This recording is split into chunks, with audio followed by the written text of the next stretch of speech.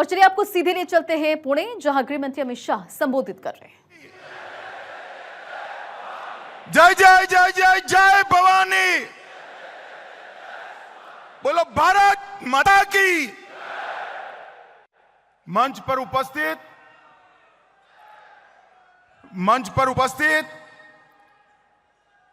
महाराष्ट्र प्रदेश भाजपा के अध्यक्ष महोदय, महाराष्ट्र भाजपा के वरिष्ठ नेता और हमारे उप मुख्यमंत्री श्रीमान देवेंद्र फडणवीस जी, मुंबई राज्य के प्रदेश अध्यक्ष, उनके नेतृत्व में बैठे हुए सारे महाराष्ट्र के वरिष्ठ नेतागण और आज महाराष्ट्र के कोने कोने से आए हुए ये सभी लगभग मंडलों को रिप्रेजेंट करने वाले देवतुल्य कार्यकर्ता भाइयों बहनों को नमस्कार, प्रणाम। भाइयों बहनों, राष्ट्रीय भाजपा की योजना के तहत आज हम सब स्वर्गीय गिरीश बापट सभागृह में इस विस्तृत कार्यकारिणी के अंदर इकट्ठा हुए हैं। जब मैं यहां आया हूं तब पुण्य नगरी में आया हूं। सबसे पहले छत्रपति शिवाजी महाराज को प्रणाम कर कर मेरी बात की शुरुआत करना चाहिए। ये नगरी तिलक महाराज की नगरी है। यहीं से केसरी को शुरू किया और देश भर में स्वराज मेरा जन्मसिद्ध अधिकार है, उसको शिवाजी महाराज के बाद पूरे देश में अलग जगाने का काम बाल गंगाधर तिलक ने किया था। मैं आज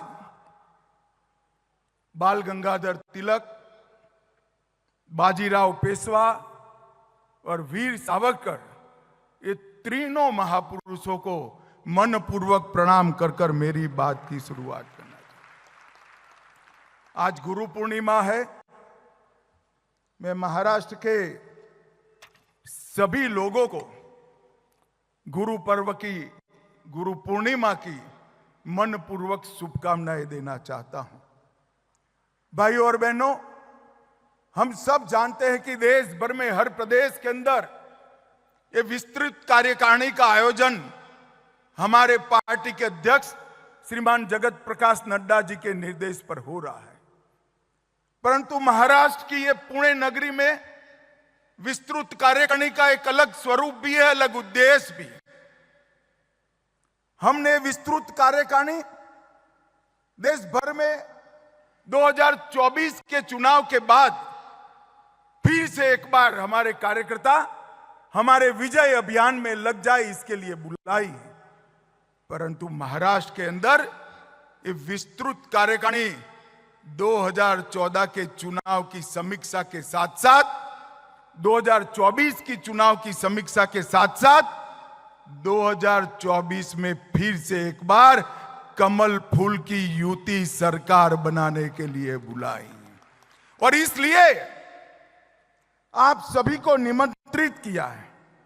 मैं सबसे पहले आप सभी कार्यकर्ताओं का मनपूर्वक अभिनंदन और आभार पार्टी की ओर से प्रकट करना चाहता हूं। कड़ी धूप के अंदर मैंने महाराष्ट्र के कार्यकर्ताओं को ये चुनाव अभियान के अंदर दौड़ते हुए देखा है, पसीना बहाते हुए देखा है, परिणाम के लिए पल पल जूझते हुए देखा है। और मैं आज कहने आया हूं कि महाराष्ट्र के हर कार्यकर्ता ने परिश्रम की पराकाष्ठा कर कर भारतीय जनता पार्टी को यश दिलाने का काम किया है। और भाइयों और बहनों, जब हम आज यहां आए हैं तो परिणाम हमारे सामने। 60 साल के बाद पहली बार देश में किसी एक नेता को तीसरी बार प्रधानमंत्री लेने का, शपथ लेने का यश मिला है, तो वो हमारे नेता नरेंद्र मोदी जी को। लगातार 3 बार मोदी जी प्रधानमंत्री बने, प्रधानमंत्री बनने की हैट्रिक लगाई। और आज मैं कहने आया हूं महाराष्ट्र के कार्यकर्ताओं को, हमने महाराष्ट्र विधानसभा में भी 14, 19 और 14 और 19 से योग जितना बड़ा विजय 24 में प्राप्त करने के लिए पुरुषार्थ करना है। कार्यकर्ता मुझे मिले हैं, कल रात को भी कुछ लोग मिले, आज सुबह से महाराष्ट्र के प्रमुख कार्यकर्ता मुझे मिल रहे हैं। थोड़ा बहुत कंफ्यूजन दिखाई पड़ता है, एक भ्रांति फैलाने का काम हमारे विपक्ष ने किया है। मैं आज आपको एक उदाहरण देकर 2024 के नतीजों को एक्सप्लेन करना चाहता हूं। 2 बच्चे थे, एक ही क्लास में पढ़ाई पढ़ते थे। एक बच्चा हमेशा 80% मार्क से पास होता था, क्लास में नंबर 1 आता था। दूसरी एग्जाम आई, उसने तय किया कि इस बार 80 नहीं चलेगा, मैं 90 लाऊंगा। अब उसने लक्ष्य तय किया। लक्ष्य कभी कोई नीचा नहीं तय करता है, ऊंचा ही तय करता है। और दूसरा एक विद्यार्थी था, वो 4 साल में उसी कक्षा में नापास हो रहा था, उसको 20 मार्क आ रहे थे। उसने लक्ष्य रखा कि मैं 20 नहीं, इस बार 30 लाऊंगा। पास होने का लक्ष्य नहीं रखा, 30 लाने का लक्ष्य रखा। अब एग्जामिनेशन हो गए, परिणाम आ गया।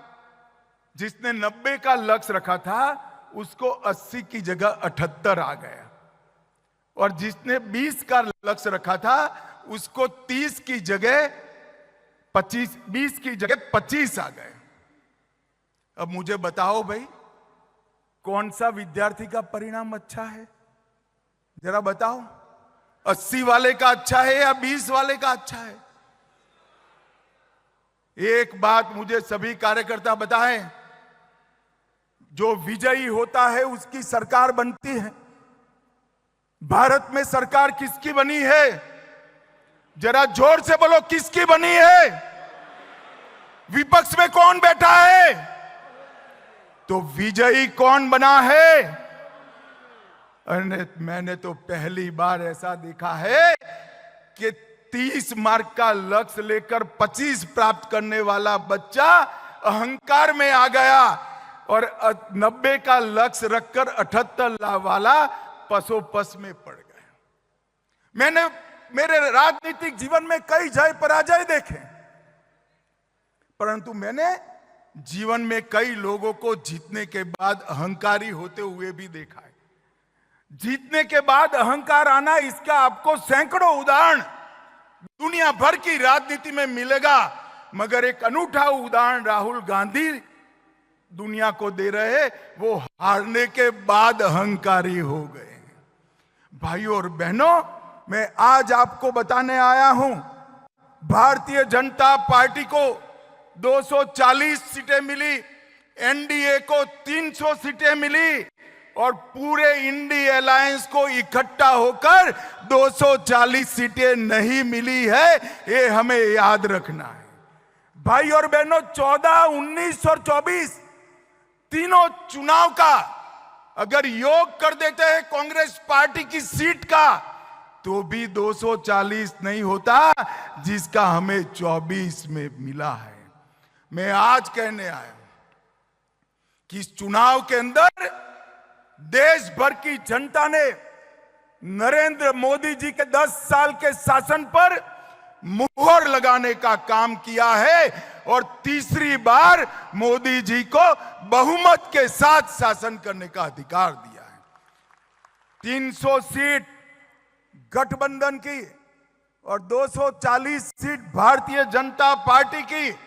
कांग्रेस ने 10 साल शासन किया, कभी 240 सीट यूपीए में उनकी नहीं आई थी। मगर हमारा कार्यकर्ता और अच्छे का आशा रखने वाला कार्यकर्ता है, इसलिए थोड़ा मन में कसक रह जाती है। रह गई है ना? अरे जोर से बोलो, रह गई या नहीं रह गई है? पक्का रह गई है? तो कसक रह गई है तो सर पकड़कर नहीं बैठते हैं, नए लक्ष्य तय करते हैं। और लड़ाई कहां दूर है, 24 में ही होने वाला है। सारी कसक महाराष्ट्र विधानसभा में पूरी कर कर फिर से भगवा लहराने का काम करें।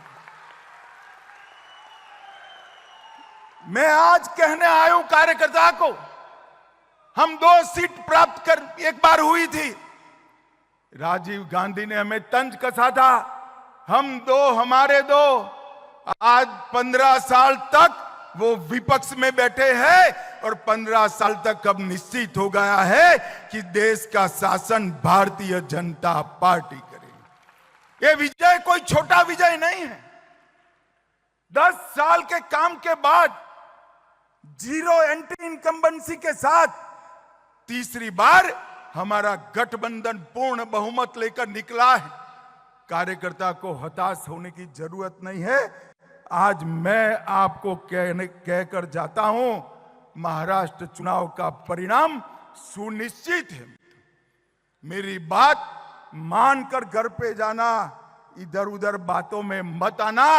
महाराष्ट्र में अब तक का सबसे बड़ा विजय इस चुनाव में मैं दीवार पर लिखा हुआ पढ़ पाता हूं, प्रचंड बहुमत के साथ युति की सरकार बनी और युति की सरकार भारतीय जनता पार्टी के नेतृत्व में बनेगी। आप मेरे शब्द को ढंग से समझ कर रखिए, भारतीय जनता पार्टी के नेतृत्व में युति की सरकार अगले चुनाव में बनने जा रही है। और इसके लिए आज हमने संकल्प लेना, हम किस पार्टी के कार्यकर्ता हैं, हम सत्ता प्राप्त करने के लक्ष्य के लिए निकले हुए लोग नहीं। हम विचारधारा को लेकर राजनीति के मैदान में आए। हमारी पार्टी की स्थापना का कारण ही विचारधारा था।